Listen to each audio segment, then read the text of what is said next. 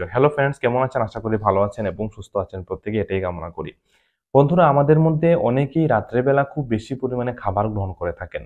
Maximum মানুষ যারা রয়েছেন আমরা এটাই করি।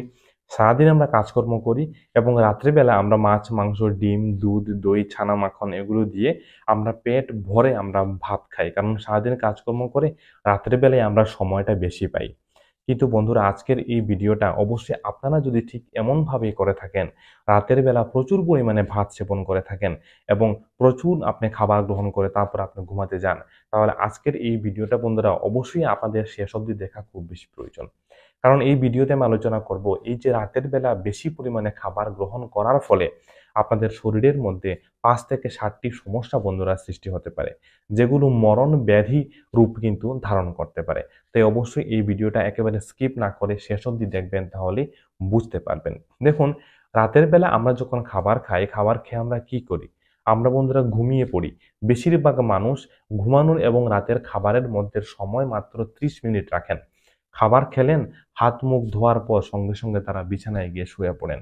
বন্ধুরা, সেটা আপনাদের সবথেকে ক্ষতিকর একটি অভ্যাস। এই অভ্যাসের ফলে আপনার শরীরের মধ্যে ডায়াবেটিকের মতো রোগ বাসা বাঁধতে পারে। আপনার শরীরে হাই ব্লাড প্রেশারের মতো সমস্যা দেখা দিতে পারে। আপনার স্ট্রোকের সম্ভাবনা অনেক বেশি বৃদ্ধি পেয়ে যায়। ৭ থেকে ৮ ধরনের ক্যান্সার হওয়ার সম্ভাবনা আপনার অনেক বৃদ্ধি পায়। আপনার শরীরে বাতের মতো সমস্যা, আর্থ্রাইটিসের মতো সমস্যা, বদহজমের মতো সমস্যা, ইনডাইজেশনের সমস্যা, এমন আরো বিভিন্ন সমস্যা আপনার শরীরে কিন্তু বন্ধুরা সৃষ্টি হতে পারে। একের পর এক সিরিয়াল বলবো কয়েকটি সমস্যা ইম্পর্টেন্ট যেগুলো হয়ে থাকে, মনোযোগ দিয়ে বুঝবেন।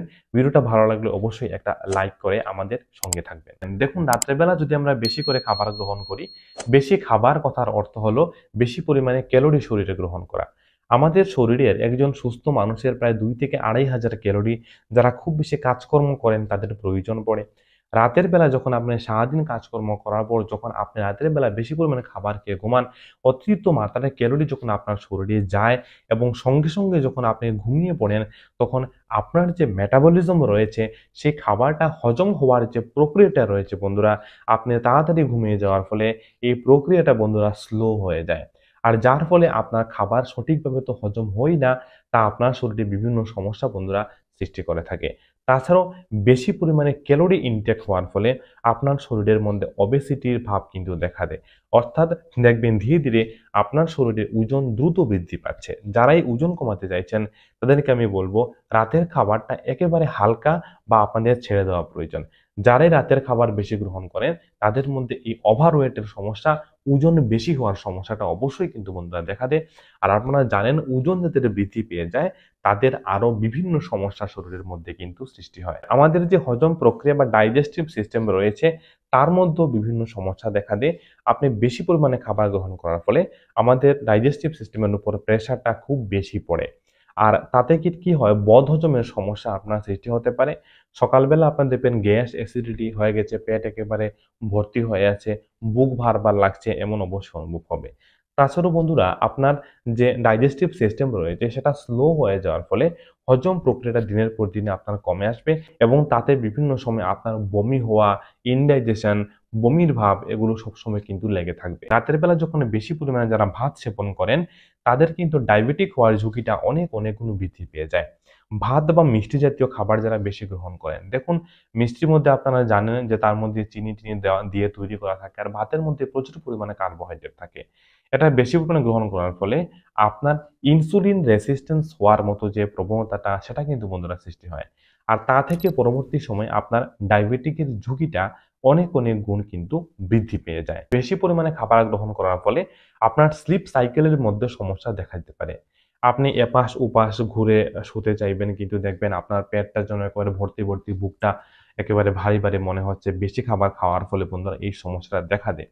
তো ঘুমের মধ্যে আপনার ব্যাঘাত ঘটবে, যার ফলে ঘুম পর্যাপ্ত পরিমাণে না হওয়ার ফলে আপনার শরীরে আরো বিভিন্ন সমস্যা কিন্তু দেখা দেবে।